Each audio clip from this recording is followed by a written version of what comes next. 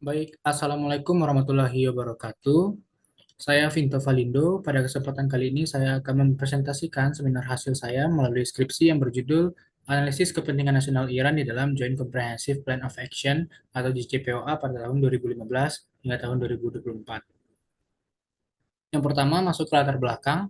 Senjata nuklir merupakan salah satu yang menjadi concern oleh negara-negara internasional pada saat sekarang ini karena daya hancurnya yang sangat besar sehingga akan mengancam kepentingan-kepentingan nasional negara-negara tersebut. Nah, salah satu negara yang diwaspadai akan kepemilikan senjata nuklir adalah Iran. Yang mana Iran memulai pengembangan nuklirnya pada tahun 1950-an dengan adanya program dan bantuan dari Amerika Serikat, yaitu program Atoms for Peace. Kemudian Iran meratifikasi perjanjian nuklir yaitu NPT pada tahun 1970.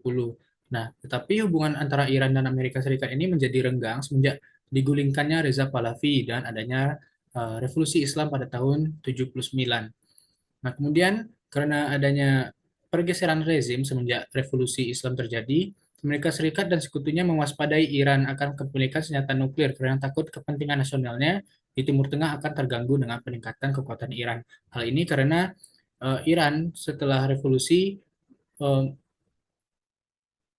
menyatakan untuk lebih berfokus bekerjasama dengan negara-negara dan organisasi Islam serta sempat muncul istilah anti-Western pada pemerintahan Iran pada saat itu. Kemudian Amerika Serikat dan sekutunya mencoba untuk melemahkan Iran dalam pengembangan program nuklir dengan memberikan berbagai sanksi yang tentunya melemahkan perekonomian Iran serta dapat juga menyebabkan krisis di Iran pada saat itu. Kemudian berbagai upaya telah dilakukan untuk menyelesaikan permasalahan nuklir Iran ini, seperti perjanjian antara Iran dengan EU3 yang terdiri dari Inggris, Jerman, dan Prancis pada tahun 2003. Tetapi perjanjian ini hanya berhasil selama 2 tahun, yang mana pada tahun 2005 perjanjian ini eh, mengalami kegagalan setelah Iran memutuskan untuk keluar dari perjanjian ini ketika Iran dipimpin oleh Ahmadinejad. Peristiwa ini kembali memberikan dampak kepada Iran yang mana sanksi yang diberikan sebelumnya ditingkatkan lagi terhadap Iran sehingga berdampak pada penurunan ekspor minyak Iran sampai 50% dan juga berdampak pada inflasi yang terjadi di Iran meningkat sampai 42%. Kemudian eh, tetapi respon yang diberikan Iran pada kepemimpinan Ahmadinejad justru kebalikan dari apa yang diinginkan oleh negara-negara Barat. Iran justru meningkatkan pengayaan uraniumnya sebanyak 15%, serta stok pengayaannya meningkat menjadi 8.000 kilogram yang dari sebelumnya hanya berkisar ratusan kilogram saja. Kemudian hal yang berbeda ditunjukkan pada saat kepemimpinan Hasan Rohani pada tahun 2013. Rohani ini memiliki pendekatan yang lebih terbuka terhadap negosiasi dengan Amerika Serikat, berbeda dengan Ahmadinejad yang lebih bersifat agresif dan provokatif terhadap negara-negara Barat. Rohani menunjukkan sikap keterbukaannya untuk bernegosiasi dengan negara-negara tersebut. Hingga negosiasi panjang mengenai permasalahan nuklir Iran ini berujung dengan terbentuknya perjanjian Joint Comprehensive Plan of Action pada tahun 2015 pada 14 Juli antara Iran dengan negara P5+1 yang mana terdiri dari negara-negara Dewan Keamanan PBB ditambah dengan Jerman sebagai perwakilan Uni Eropa. Nah, eh, karena permasalahan nuklir Iran ini merupakan permasalahan yang kompleks antara Iran dengan negara-negara Barat, menarik untuk diteliti apakah bergabungnya Iran dengan JCPOA ini sesuai dengan kepentingan nasional Iran atau tidak. Kemudian untuk rumusan masalah, Iran sebagai salah satu negara yang memiliki pengaruh cukup besar di wilayah Timur Tengah, banyak dianggap oleh negara lain, terutama Amerika Serikat dan aliansinya, sebagai ancaman akan kepentingan nasionalnya di wilayah Timur Tengah. Kemudian berbagai upaya telah dilakukan untuk menghalangi proses pengembangan nuklir Iran, salah satunya dengan perjanjian JCPOA. Kemudian, apakah dengan kebijakan Iran bergabung dengan JCPOA itu sesuai dengan kepentingan nasional Iran? Yang mana sebagian besar dari anggota perjanjian ini adalah aliansi dari Amerika Serikat yang merupakan negara-negara yang sering berkonflik dengan Iran membahas permasalahan nuklir. Kemudian pertanyaan penelitian dari penelitian ini adalah apakah kebijakan Iran bergabung dengan JCPOA sesuai dengan kepentingan nasionalnya.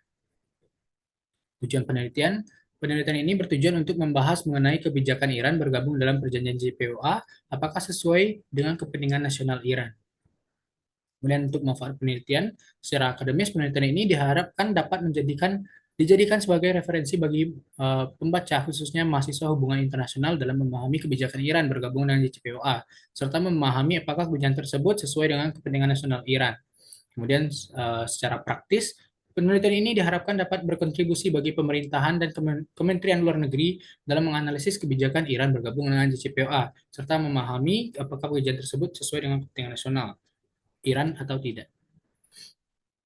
Untuk tujuan pustaka, saya di sini menggunakan 5 artikel jurnal. Yang pertama artikel yang berjudul Iran's Nuclear Program, a Case Study and Hedging oleh Wayne Bowen dan Matthew Moran. Yang kedua, Building on Iran Nuclear Deal for International Peace and Security yang ditulis oleh Syed Hussein Musafian dan Muhammad Mehdi Musafia. Yang ketiga ada Unpacking the 2015 Iran Nuclear Deal, GCPOA, Internationalization of Capital, Imperial Rivalry and Cooperation, and Regional Power Agency yang ditulis oleh Kehan Falet Baigi.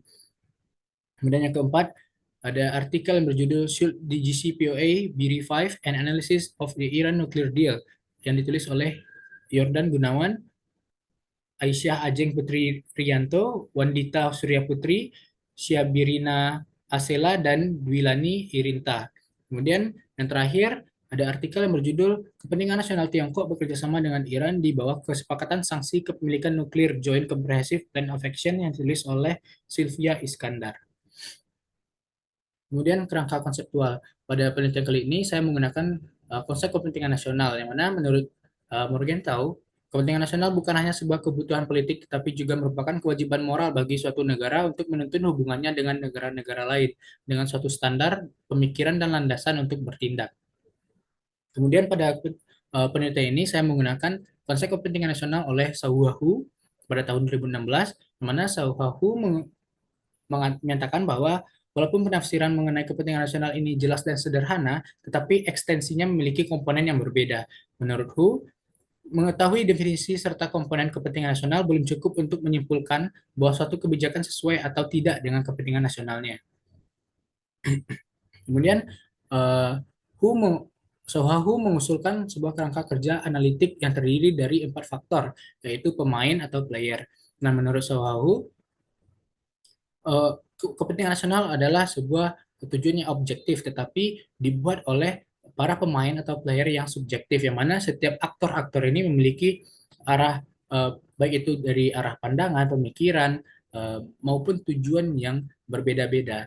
Sehingga kepentingan nasional negara merupakan hasil dari interaksi-interaksi para player ini.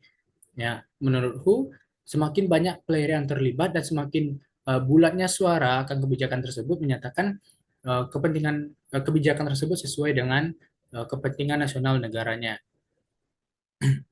Kemudian preferensi preferensi ini merupakan suatu target atau tujuan yang ingin dicapai oleh sebuah negara.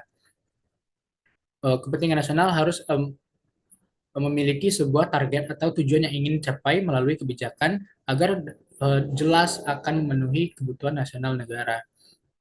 Menurut Hu, preferensi ini terbagi dari beberapa faktor, beberapa indikator seperti preferensi dalam hal ekonomi, keamanan, peningkatan status internasional, serta meningkatkan pengaruh kebudayaan. Yang ketiga, ada prospek, yang mana prospek ini adalah kemungkinan yang akan terjadi terhadap suatu kebijakan. Nah, prospek ini sangat menentukan apakah kebijakan itu sesuai dengan kepentingan nasional negara atau tidak. Yang mana prospek ini merupakan prospek yang baik menurut Hu adalah sebuah kemungkinan yang memberikan manfaat yang besar, namun memerlukan biaya yang sedikit mungkin. Karena tidak, menurut Hu, semua prospek tentunya akan memiliki biaya yang dibutuhkan, tetapi prospek yang terbaik adalah prospek yang mengeluarkan biaya yang sedikit mungkin. Kemudian yang terakhir ada indikator kekuatan atau power, yang mana kekuatan ini merupakan kekuatan yang dimiliki oleh negara tersebut untuk mencapai kepentingan nasionalnya. Menurut Hu, semakin tinggi kekuatan yang dimiliki oleh negara, maka semakin tinggi kemungkinan kepentingan negara tersebut akan tercapai. Kemudian metode penelitian. Jenis penelitian ini merupakan penelitian kualitatif. Kemudian pendekatan yang digunakan adalah deskriptif analitis. Kemudian batasan penelitian, eh, saya mengambil batasan penelitian ini dimulai pada tahun 2015, di mana tahun dibentuknya JCPOA, kemudian batasan akhir saya memilih tahun 2024. Untuk unit dan level analisis, unit analisis pada penelitian ini adalah kepentingan nasional Iran. Kemudian untuk unit eksplanasinya merupakan JCPOA, kemudian untuk level analisis adalah negara. Kemudian untuk teknik pengumpulan data, data yang digunakan merupakan data bersumber dari data sekunder, merupakan data yang tidak didapatkan oleh peneliti secara langsung, tetapi didapatkan melalui metode studi kepustakaan atau library research. Data-data data-data yang digunakan ditemukan di beberapa jurnal, artikel, buku, website, dan sumber-sumber lainnya. Sedangkan untuk teknik analisis data akan dilakukan pengumpulan data, kemudian penyaringan untuk mempersempit data, dan terakhir menganalisis data-data yang disaring menggunakan teori kepentingan nasional oleh Sawahu. Kemudian untuk sistematika penulisan, pada bab 1 terdiri dari pendahuluan seperti yang telah dijelaskan sebelumnya. Kemudian pada bab 2 akan membahas mengenai Iran dalam pengembangan program nuklir. Pada bab 3 akan membahas mengenai kondisi dan hubungan Iran dengan negara lain. Pada bab 4 membahas analisis kepentingan nasional Iran di dalam JCPOA. Dan kemudian terakhir bab 5 akan berisi penutup. Baik, kita masuk kepada bab 2, di mana Iran dalam pengembangan program nuklir. 2.1 Kebijakan nuklir Iran. Program Atoms for Peace dari Amerika Serikat merupakan awal dari program pengembangan nuklir Iran pada tahun 1956 pada masa kepemimpinan Shah Pahlavi. Program ini memberikan bantuan kepada Iran, baik itu bantuan dari segi teknologi, pengetahuan nuklir, hingga bantuan dana mencapai 6 miliar dolar Amerika Serikat. Nuklir Iran digunakan untuk keperluan sipil dan berada di bawah pengawasan langsung oleh Amerika Serikat. Oleh karena itu, program nuklir Iran pada zaman Shah Pahlavi ini tidak menjadi kontroversi di dunia internasional seperti beberapa dekade belakangan ini. Kemudian Pusat Penelitian Nuklir Teheran atau TNRC berhasil didirikan pada tahun 1967, yang mana ini merupakan reaktor nuklir pertama Iran. Kemudian Iran menjadi anggota Non-Proliferasi Nuklir atau NPT 3 tahun setelahnya. Namun, revolusi Islam Iran pada tahun 1979 membuat perubahan pada rezim Iran dan pada kebijakan program nuklir Iran. Nah, 2.1.1 perubahan rezim Iran dan pemberhentian nuklir Iran. Karena adanya revolusi Islam yang pada saat itu menjadikan Ayatollah Ruhollah Khomeini menjadi pemimpin Iran pada saat itu. Nah, Khomeini mengubah arah kebijakan dan rezim Iran menjadi sebuah negara teokratis baru yang berlandaskan akan prinsip-prinsip Islam Syiah. Kemudian Khomeini mengeluarkan kebijakan untuk menangguhkan pengembangan nuklir Iran dan mendukung aksi kawasan Asia Barat bebas nuklir. Nah, karena berlandaskan prinsip-prinsip Islam, Khomeini menyatakan bahwa program nuklir meningkatkan program nuklir hingga senjata nuklir merupakan suatu tindakan yang jahat dan tidak sesuai dengan prinsip-prinsip Islam. Oleh karena itu, Khomeini mengeluarkan kebijakan untuk menangguhkan pengembangan nuklir. Kemudian dengan ditangguhkannya pengembangan nuklir Iran juga menyebabkan terputusnya hubungan kerjasama dengan berbagai kerjasama dalam pengayaan sumber bahan nuklir, terutama dengan Amerika Serikat dan negara Eropa. Selain itu, Iran juga kehilangan para peneliti dan ahli nuklirnya, hingga meninggalkan negara dampak dari tidak dilanjutkannya program nuklir. Nah, sedangkan pada saat program nuklir Iran itu ditangguhkan, beberapa reaktor nuklir Iran seperti Bushehr 1 telah mencapai penyelesaian 90%, serta telah terpasang setidaknya 60% perangkat penting. Kemudian, akhir dengan perang dengan Irak membuat Iran kembali mempertimbangkan untuk melanjutkan program nuklirnya di bawah pemerintahan Ali Khamenei. Selanjutnya, internalisasi program nuklir Iran. Proses internalisasi program nuklir Iran menjadi identitas Iran secara internasional diinisiasi pada masa kepemimpinan Presiden Hashemi Rafsanjani. Namun, eh, program nuklir Iran mengalami perkembangan yang sangat besar pada periode setelahnya, yaitu periode Presiden Khatami, yang hingga mencapai wajah internasional. Periode kepemimpinan Khatami telah menunjukkan kemandirian dan kemampuan Iran untuk mengembangkan pengetahuan dan teknologi nuklirnya. Kemudian, sedangkan untuk kontroversi program nuklir Iran juga dimulai pada pemerintahan Khatami yang memuncak pada tahun 2002 yang dipicu oleh terungkapnya kegiatan nuklir rahasia Iran ke publik.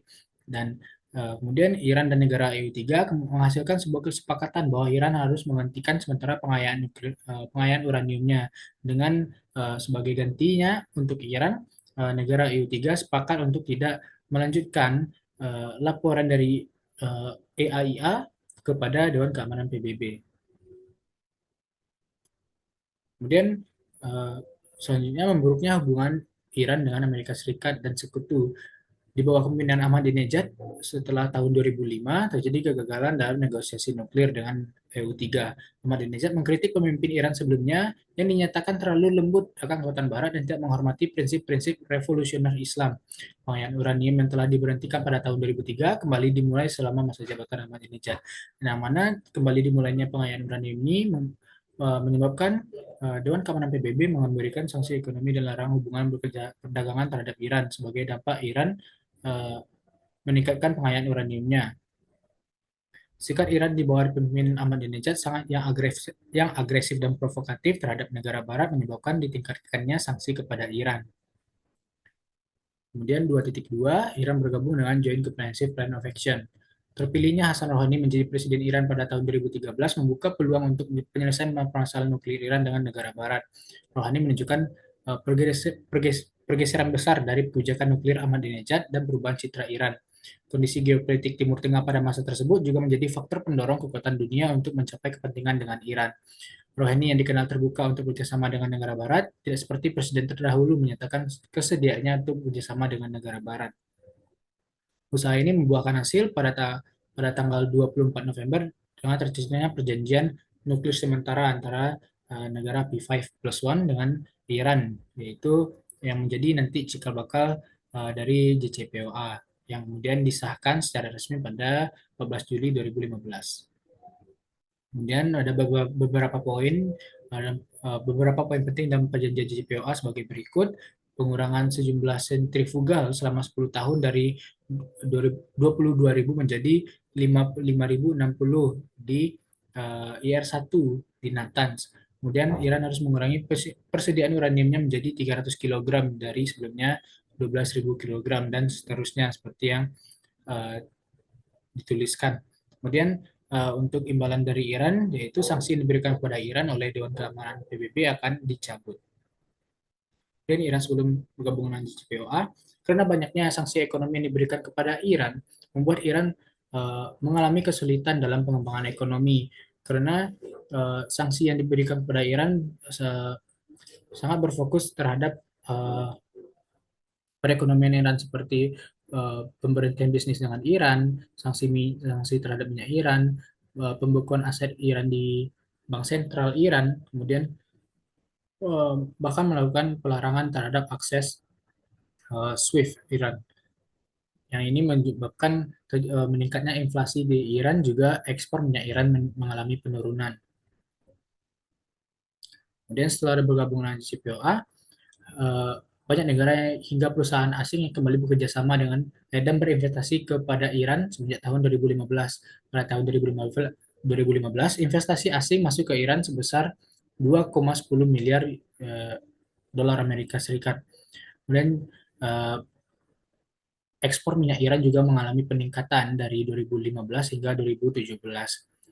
Namun pada tahun 2018, Amerika Serikat di bawah pemimpinan Donald Trump memutuskan untuk keluar dari JCPOA secara sepihak, yang mana Amerika kembali memberikan sanksi kepada Iran yang berdampak terhadap penurunan ekspor minyak Iran setelahnya. Dan masuk bab 3, kondisi Iran dan hubungannya dengan negara lain. Pertama, penerapan sanksi ekonomi Amerika Serikat terhadap Iran. Amerika Serikat menyatakan bahwa negaranya dan negara-negara aliansinya untuk mengembargo Iran dan menahan impor minyak Iran dan memutus hubungan diplomatik, termasuk melarang hubungan dagang dengan Iran. Yang mana Amerika Serikat menuntut untuk Iran memberhentikan secara penuh pengayaan dan kegiatan air beratnya. Pemerintah Amerika Serikat, pemerintah Amerika Serikat dan juga Eropa menolak dan mengecam upaya Iran untuk bekerjasama dengan Turki untuk mentransfer sebanyak 1.200 kg uranium ringan pada tahun 2010. Kemudian Amerika Serikat keluar dari JPOA. Terpilihnya Donald Trump pada tahun 2017 membuat Amerika Serikat keluar dari JPOA karena Donald Trump menyatakan bahwa JCPOA hanya menguntungkan Iran dan merugikan kepentingan Amerika Serikat di kawasan Timur Tengah. Kemudian hubungan Iran dengan negara EU3, Inggris, Prancis, dan Jerman. Iran dengan negara EU3, terutama Prancis dan Jerman, memiliki hubungan dalam program nuklir. Telah dimulai semenjak awal pembangunan program nuklir oleh Iran pada era Shah Pahlavi. Kemudian Amerika Serikat berhasil memaksa Argentina, India, Spanyol, Tiongkok, serta negara EU3 untuk berhenti bekerjasama dengan Iran. Nah, tapi dalam penyelesaian permasalahan nuklir Iran, negara EU3 ini memiliki peran yang penting. Uh, Negara EU3 ini telah melakukan beberapa negosiasi untuk penyelesaian program nuklir Iran secara diplomatik seperti perjanjian pada tahun 2003. Jadi terpilihnya Rohani pada 2013 juga membuka kembali hubungan baik antara Iran dengan negara EU3. Kemudian yang ketiga hubungan Iran dengan Tiongkok dan Rusia. Yang pertama kita membahas hubungan bilateral Tiongkok dengan Iran. Antara Tiongkok, Rusia, dan Iran memiliki pendekatan dan pandangan yang baik dalam sisi ekonomi dan praktis. Iran menjadi pembeli utama senjata konvensional buatan Tiongkok ketika berperang dengan Irak pada tahun 80-an. Kemudian Tiongkok juga menjadi negara yang memberikan bantuan pada Iran dalam energi nuklir dan produksi rudal.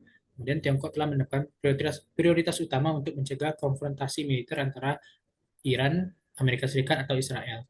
Tiongkok juga berperan penting dalam meyakinkan para pemimpin Iran tentang berbagai manfaat, terutama pembangunan ekonomi dan bantuan Tiongkok yang signifikan yang akan diperoleh Iran dengan menerima kekhawatiran internasional atas program nuklirnya. Kemudian hubungan bilateral Rusia dengan Iran, kedua negara ini menjalankan kerjasama semenjak revolusi Islam dan juga sanksi yang diberikan oleh negara Barat secara telah menjadi inti dari doktrin diplomatik Iran semenjak pemerintahan Rafsanjani. Iran bekerjasama dengan Rusia untuk berfokus pada masalah keamanan nasional. Iran juga menjadi salah satu kekuatan internasional menyatakan sikap siap untuk menjalin kerjasama dengan Iran bersama dengan Tiongkok dalam sektor-sektor strategis. Kemudian kerjasama dengan Iran seperti telah menandatangani program kontrak dengan Kementerian Energi Atom Rusia pada tahun 1995 senilai 800 juta US dollar untuk pembangunan reaktor Basra. Bahkan ketika sanksi diberikan kepada Iran pun, Rusia tetap memperlihatkan kesediaannya untuk bekerjasama dengan Iran. Dan kita masuk kepada bab 4, mana adalah analisis kepentingan nasional Iran dalam JCPOA. Berdasarkan indikator oleh Sawahu yang terdiri dari 4P, yaitu player, preference, prospect, dan power, kita akan membahas dari indikator yang pertama, yaitu player. Mana kita akan bahas pemain yang berpengaruh dalam proses pengambilan kebijakan luar negeri Iran. Kebijakan luar negeri Iran telah banyak dipengaruhi oleh berbagai faktor termasuk agama, geografi, kekhawatiran tentang integritas teritorial, pengalaman masa lalu, dorongan untuk supremasi regional, campur tangan kekuasaan global, dinamika politik internal, dan sumber daya. Kemudian politik di Iran dibentuk dalam bukan bentuk kediktatoran satu orang, tetapi diperintah oleh oligarki yang terdiri dari ulama fundamentalis dan juga orang awam. Kebijakan luar negeri Iran pada prosesnya sangat ditentukan oleh faksi-faksi, persaingan institusional, kekuatan atau kekuasaan yang dimiliki oleh individu. Sebab yang pertama yaitu faksionalisme intra-elit di Iran. Yang pertama kita bahas faksi kebijaksanaan. Faksi kebijaksanaan merupakan faksi yang dibentuk dan dipimpin oleh Rafsanjani. Pendekatan faksi ini memiliki istilah mode Tiongkok, yaitu bermaksud untuk pemerintahan Iran melakukan detente atau penurunan ketegangan dengan Amerika Serikat, kemudian entente dengan Uni Eropa, kemudian kerjasama yang erat dengan Rusia dan Tiongkok, serta peningkatan penindasan politik dan mengadopsi peraturan sosial yang lebih bebas. Faksi kebijaksanaan menolak bentuk kebijakan yang menentang Amerika Serikat. Oleh karena itu, berdasarkan tujuan dan pandangan faksi kebijaksanaan ini, faksi kebijaksanaan membantu Rohani untuk memenangkan pemilihan presiden pada tahun 2013 dan juga uh, berperan dalam proses bergabungnya Iran dalam JCPOA. Yang kedua, faksi reformis. Faksi reformis merupakan faksi yang berasal dari fundamentalis kiri yang berevolusi, yang mana fundamentalis kiri ini sangat ekstremis sehingga terjadi pengosongan anggota fundamentalis kiri atau pemurnian anggota fundamentalis kiri oleh pemerintah Iran yang kemudian berevolusi menjadi faksi reformis. Faksi reformis percaya bahwa periode pasca Perang Dingin adalah sistem unipolar yang dengan keunggulan Amerika. Oleh karena itu, bertindak berlawanan dengan Amerika Serikat mengakibatkan kerugian yang signifikan bagi rezim. Uh, Faksi ini juga menolak untuk uh, uh, berkonflik dengan Amerika Serikat serta menghindari perang sebisa mungkin. Oleh karena itu, faksi ini sangat mendukung Iran bergabung dengan JCPOA. Kemudian, faksi yang ketiga adalah faksi garis keras. Faksi garis keras mendorong penyebaran revolusi fundamentalis Islam radikal, peningkatan konflik dengan Amerika Serikat dan Israel, peningkatan penindasan politik, dan penerapan aturan Islam yang lebih ketat. Faksi garis keras sangat menentang sistem internasional saat ini. Faksi uh, garis keras yang dipimpin oleh pemimpin tertinggi percaya bahwa krisis di Iran disebabkan oleh penyimpangan dari cita-cita dan kebijakan revolusi awal di bawah Presiden Rafsanjani dan Khatami. Faksi ini sangat menentang JCPOA. Kemudian faktor yang kedua yang berpengaruh dalam kebijakan luar negeri Iran adalah presiden. Konstitusi telah mengatur presiden merupakan kepala bidang eksekutif. Tercatat uh, semenjak Ali Khamenei menjadi pemimpin tertinggi Iran, kekuasaan de facto kepresidenan dan kebijakan luar negeri mengalami naik turun. Seberapa tinggi kontribusi yang bisa didapatkan oleh presiden di Iran sangat bergantung pada seberapa dekatnya dengan pemimpin tertinggi. Rouhani yang menjadi presiden pada tahun 2013 melakukan pendekatan dengan pemimpin tertinggi Iran untuk mendekatkan diri dengan negara-negara Barat. Yang ketiga, pemimpin tertinggi. Berdasarkan konstitusi Iran, pemimpin tertinggi memiliki otoritas tertinggi dalam bidang eksekutif, legislatif, dan yudikatif, serta memiliki kekuasaan di berbagai lembaga yang ada di negara. Keputusan dalam pemerintahan Iran harus disetujui oleh pemimpin tertinggi. Kemudian, Ali Khamenei menjunjung tinggi nilai ideologis yang bersifat skeptis dan agresif terhadap negara Barat, terutama Amerika Serikat. Uh, Sebenarnya pemimpin tertinggi sangat menolak perjanjian JCPOA, tetapi krisis yang terjadi pada Iran terpaksa membuat uh, Khamenei sebagai pemimpin tertinggi mendukung kebijakan Iran untuk bergabung dengan JCPOA. Kemudian preferensi indikator yang kedua yaitu preferensi Iran dalam perjanjian JCPOA. Preferensi yang pertama adalah pemulihan perekonomian pasca sanksi. Sanksi yang diberikan pada Iran membuat Iran uh, mengalami krisis di domestik Iran. Krisis ini dimulai pada saat ditingkatkannya sanksi pada tahun 2009 dan 2012, yang mana pada saat itu dipimpin oleh Presiden Ahmadinejad yang uh, membuat kebijakan Iran untuk meningkatkan pengayaan uraniumnya. Uh, Negara-negara Eropa dan Amerika Serikat melakukan embargo terhadap minyak Iran yang merupakan komoditas utama dalam perekonomian Iran, serta pembukuan aset bank sentral Iran, serta memberikan larangan terhadap sistem SWIFT pada Iran. Nah, oleh karena itu, salah satu preferensi Iran dalam bergabung dengan JCPOA adalah untuk mencabut sanksi yang diberikan kepada Iran agar adanya pemulihan perekonomian Iran pasca sanksi tersebut. Peningkatan status internasional Iran. Iran memiliki historis sebagai satu negara yang memiliki pengaruh yang besar di kawasan maupun internasional ketika masih menjadi Kekaisaran Persia. Iran memiliki kepercayaan tinggi bahwa dengan meningkatkan kemampuannya di bidang nuklir dapat meningkatkan pengaruh dan status internasional Iran. Selain mempengaruhi keadaan domestik Iran juga mempengaruhi citra Iran dalam sistem internasional. Oleh karena itu, salah satu prospek yang ingin dicapai oleh Iran dalam uh, JCPOA ini adalah untuk meningkatkan status internasionalnya. Kemudian yang ketiga adalah peningkatan keamanan nasional Iran. Konflik kepentingan yang dialami oleh Iran dengan negara di kawasan maupun internasional dapat mengancam keamanan nasional Iran. Amerika Serikat memiliki banyak pangkalan militer di beberapa negara tetangga Iran seperti Arab Saudi, Irak, Oman, Pakistan, Afghanistan, dan beberapa negara lainnya. Kemudian, program nuklir Iran yang dilegitimasi melalui JCPOA menjadikan Iran dapat melanjutkan program nuklirnya tanpa khawatir ancaman akan ketidakpercayaan pada program nuklirnya.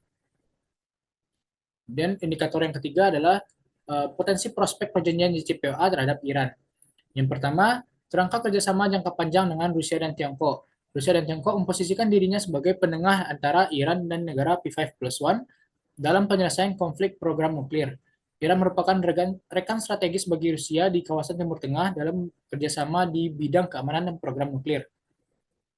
Bahkan ketika Dewan Keamanan PBB menjatuhkan sanksi kepada Iran, Rusia terus melanjutkan kerjasama untuk pembangunan reaktor Bushehr yang dikecualikan dalam resolusi tersebut.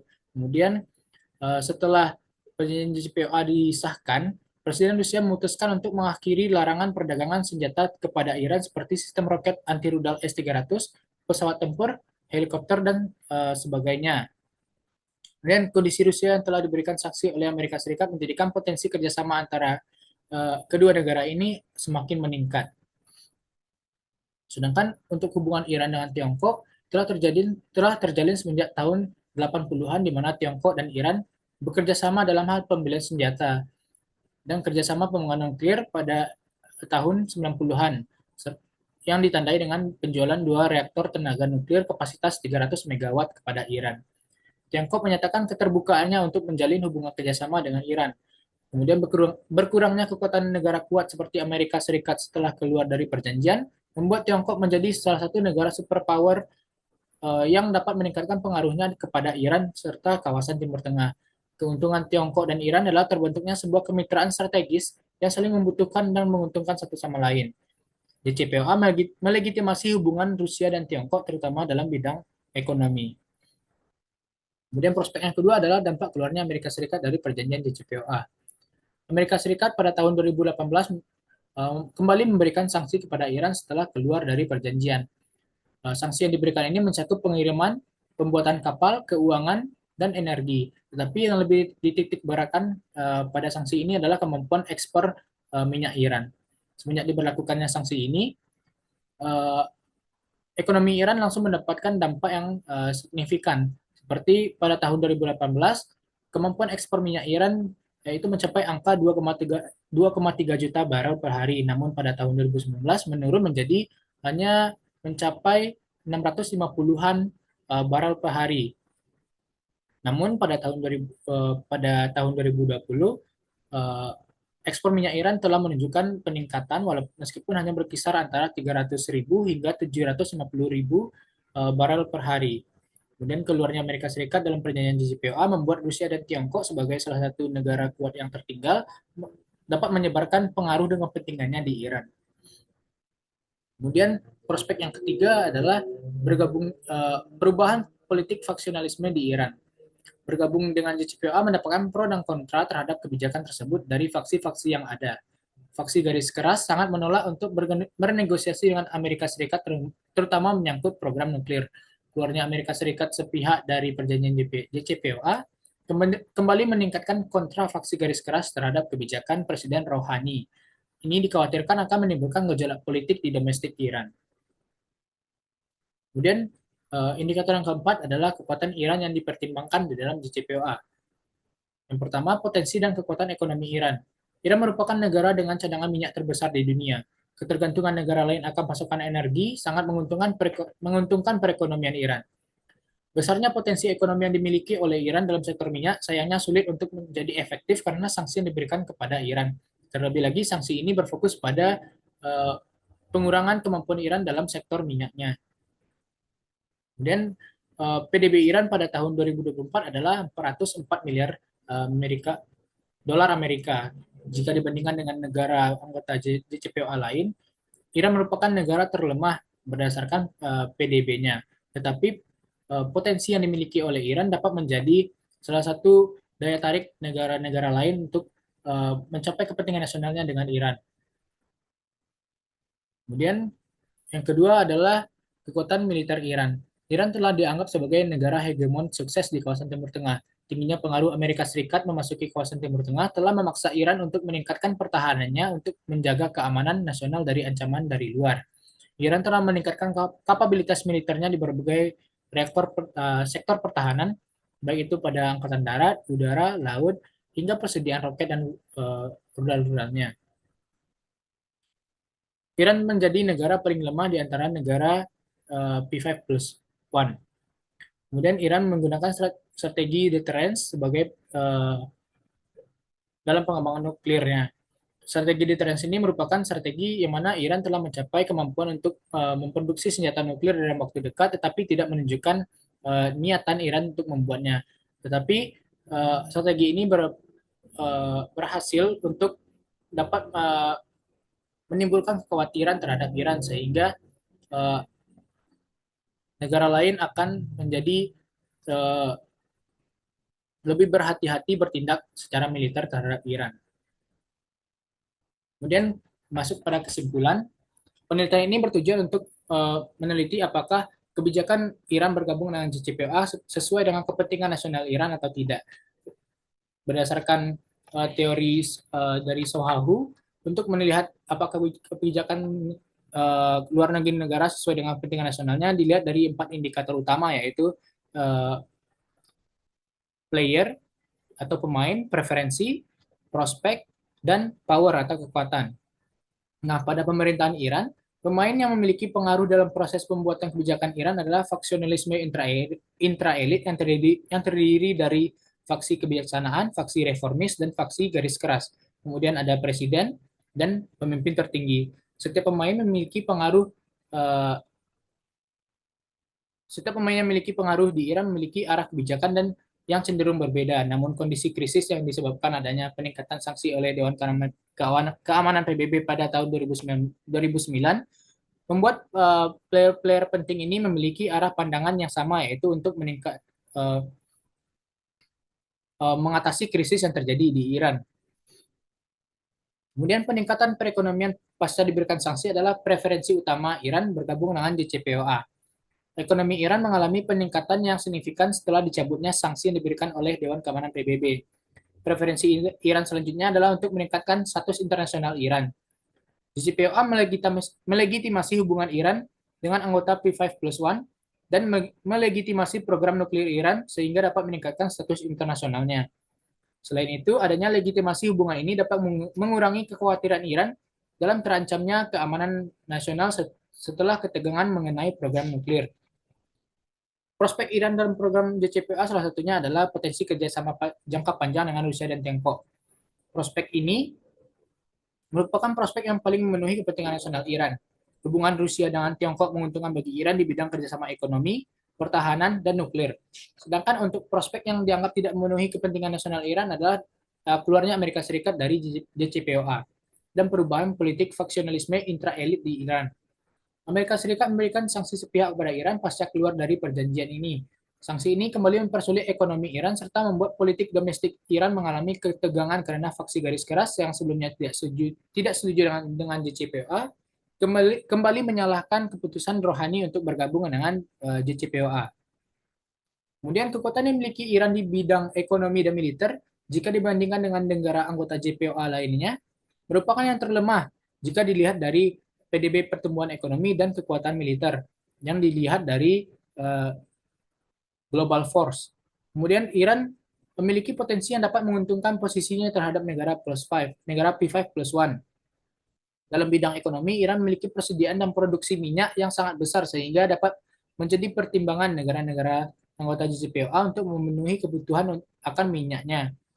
Selain itu, Iran telah mencapai kemampuan pengayaan uranium untuk membuat senjata nuklir dalam waktu yang singkat. Potensi Iran ini menjadi pertimbangan negara P5+1 untuk menjalin hubungan baik dengan Iran.